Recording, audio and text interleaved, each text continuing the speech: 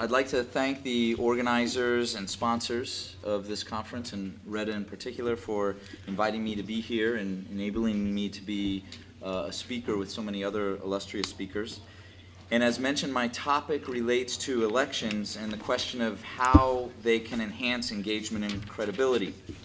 And much of what I'll mention in my remarks is based on NDI's 15 years of working in Morocco with political actors both inside and outside of government, and more specifically related to our observation of elections here in Morocco in both 2007 and most recently in 2011. And by way of background, for the 2011 elections, NDI fielded 41 accredited observers from 21 countries. We visited 200 polling stations across 31 different electoral districts in the country. And among these 41 were 10 long-term observers who were here between October and remained into early December to observe the post-election developments. And that observation mission built on a pre-election assessment held in October 2011, as well as, quite frankly, building from NDI's 25 years of observing elections in more than 200 countries. NDI conducted its observation in accordance with Moroccan law, as well as the Declaration of Principles for International Election Observation, which is endorsed by more than 39 multilateral and non-governmental organizations around the world. A final report of the findings will be forthcoming, based in part on the preliminary statement released by the Institute the day after the election, which many of you may have seen. And so I offer these thoughts and recommendations in the spirit of international cooperation and in an effort to try and strengthen democratic practices here to enable citizens' voices to be better heard in the decision-making process, and to hope that elections can continue to improve.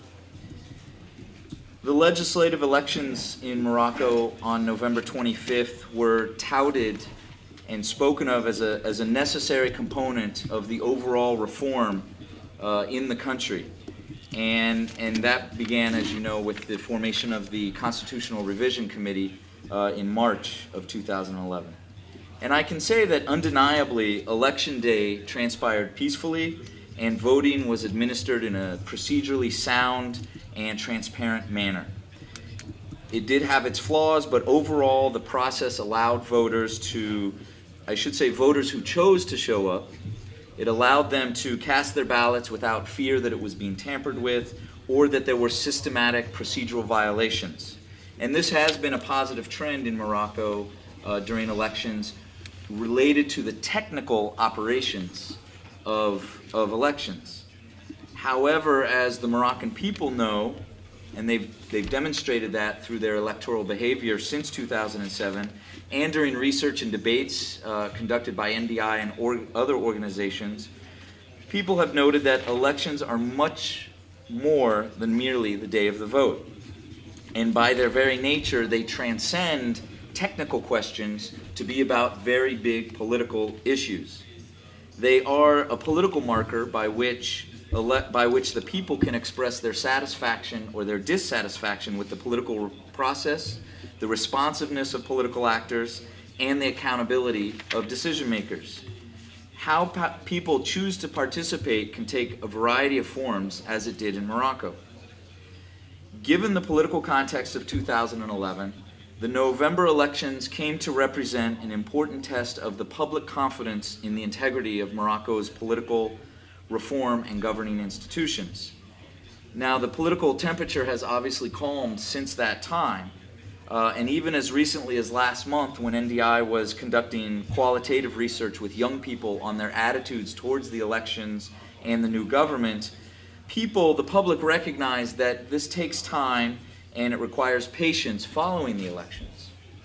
However, I would suggest that the Moroccan authorities need to be careful not to think that the electoral process, as a measure of public sentiment, can continue without some deep reflection on the broader political framework, the rules of the game, and the public's actual perception of the process.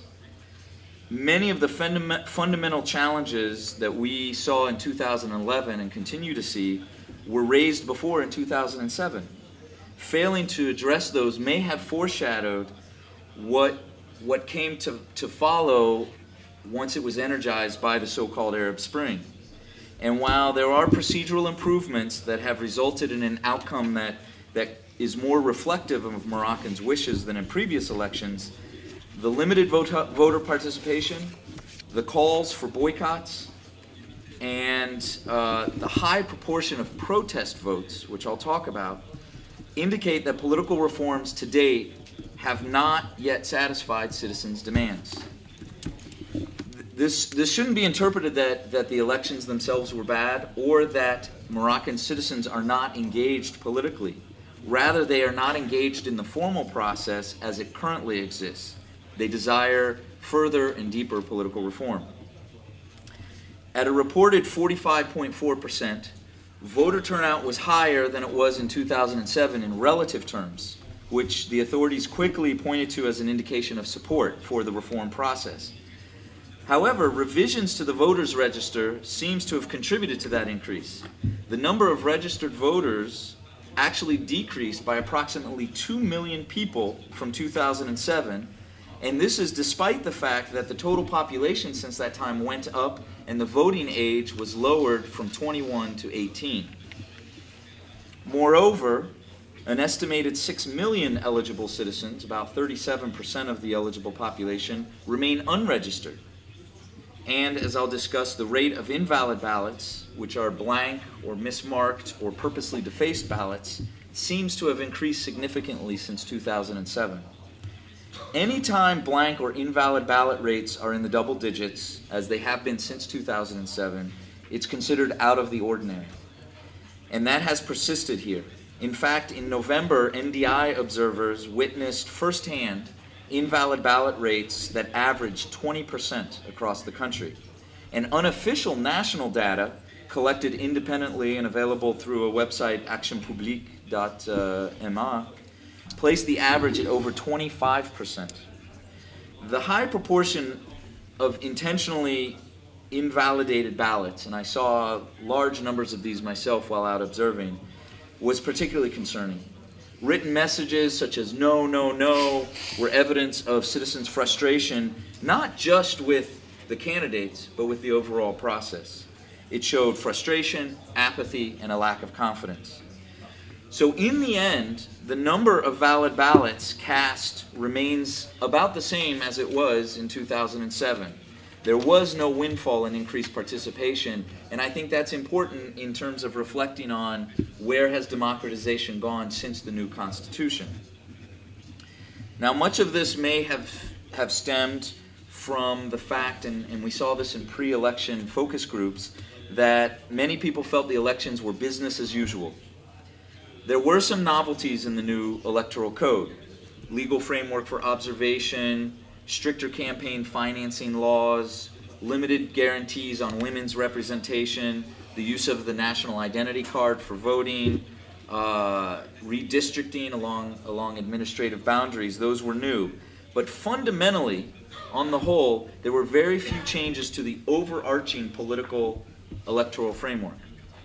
And several issues beyond the voter registration that I just pointed to are significant in terms on how well the system is accountable to public will, which, as we know, was one of the central mantras of the demonstrations in 2011, and not just in Morocco but across the region, the need for accountability and respect for the public will. One of these was the electoral system.